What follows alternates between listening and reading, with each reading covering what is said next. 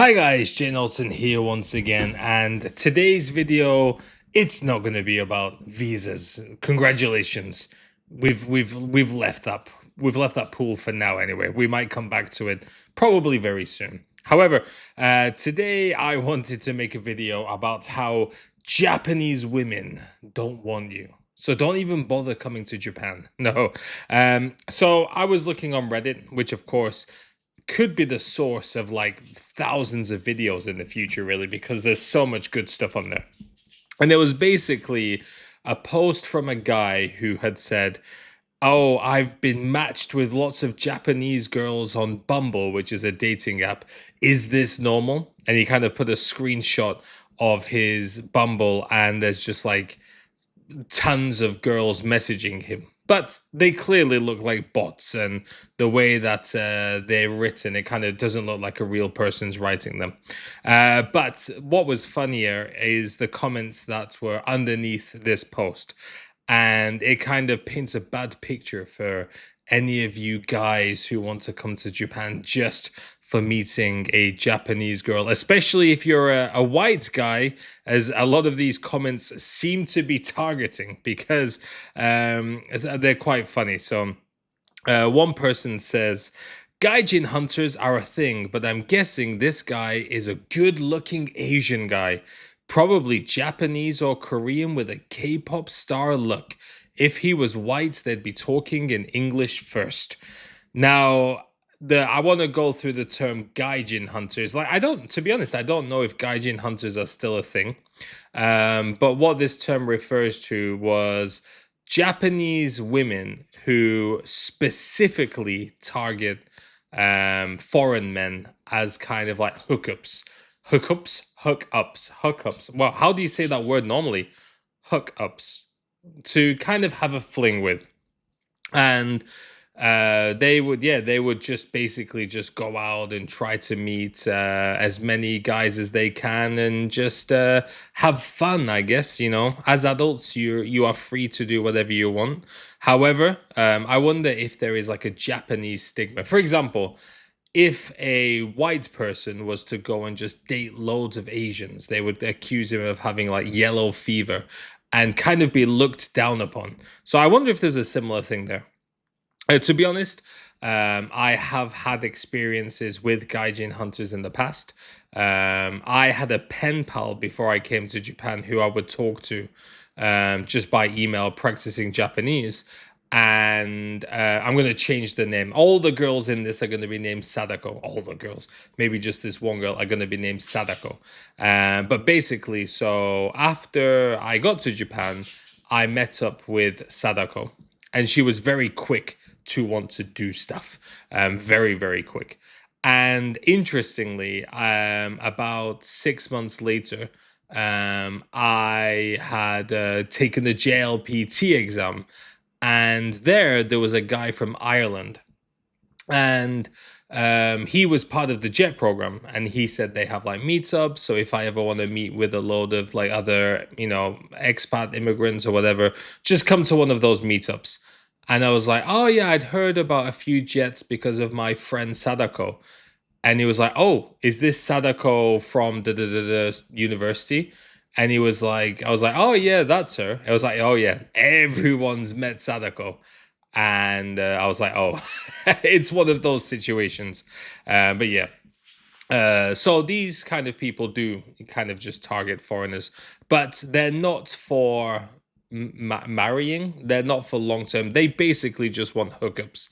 And I think one of the kind of things that you have to be careful about when you come to Japan or any other country, or just life in general, like, you have to really make sure you know somebody before you commit to somebody. If you are kind of, because I remember I met this girl, Sadako too, when I was in Gunma. And we met, and she said she had a boyfriend who lived in Hawaii. He was American, and he was in Hawaii because he's in the military. And then she was basically cheating on him with many different people. And she got with another guy. And then while she was with that guy, within a week, she had cheated on this new guy with another foreigner. And it was like, yeah, you don't want to get into relationships with those kind of people because they are not looking for commitment. However, another comment says most Japanese women wouldn't even contemplate dating a foreigner, even in a big city like Tokyo or Osaka.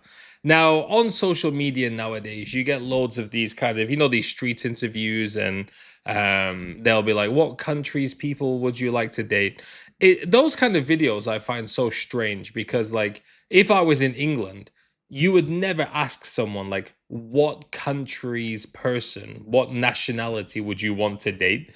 It's kind of like if you said, like, "Oh, I want to marry someone from Greece," it would be like, "Oh, what are you so interested in Greece for?" It's like you just marry the person, or you just spend a long time together with lots of love, hugs, and kisses and happy memories together with the person who kind of suits you the most. So I always find those videos quite interesting because people would be like, specifically like, France. A lot of them say France. A lot of them say Saudi Arabia.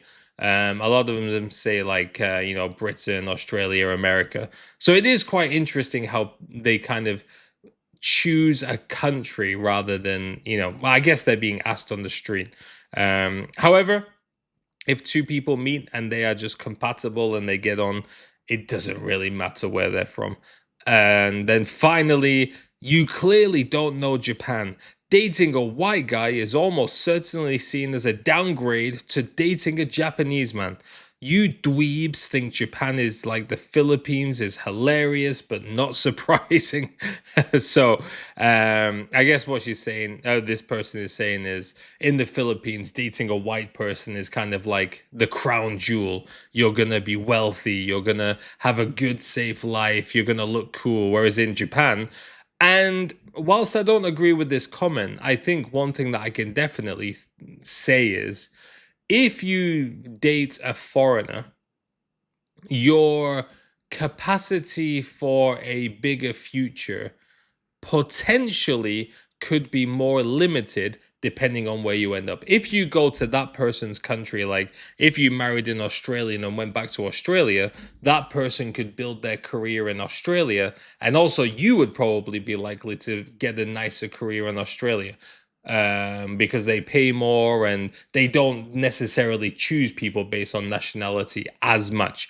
Whereas if you are, for example, in Tochigi and you meet a white guy, they're most likely going to be an English teacher.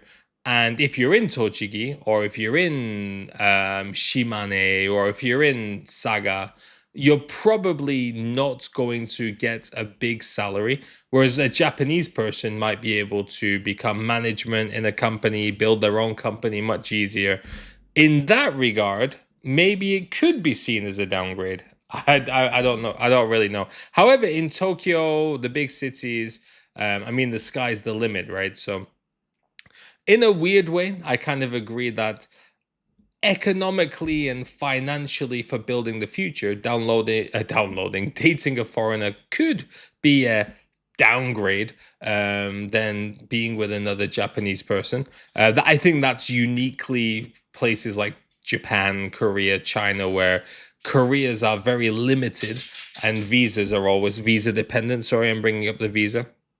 However, I do remember, like, some YouTubers like TKO Sam.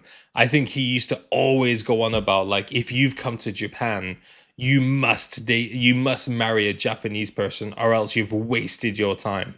As if, like, if I met like a person from, maybe, let's say, Germany, and we fell in love, got married in Japan, according to him, that would be a waste of time because I've come to Japan, so I might as well marry a Japanese person.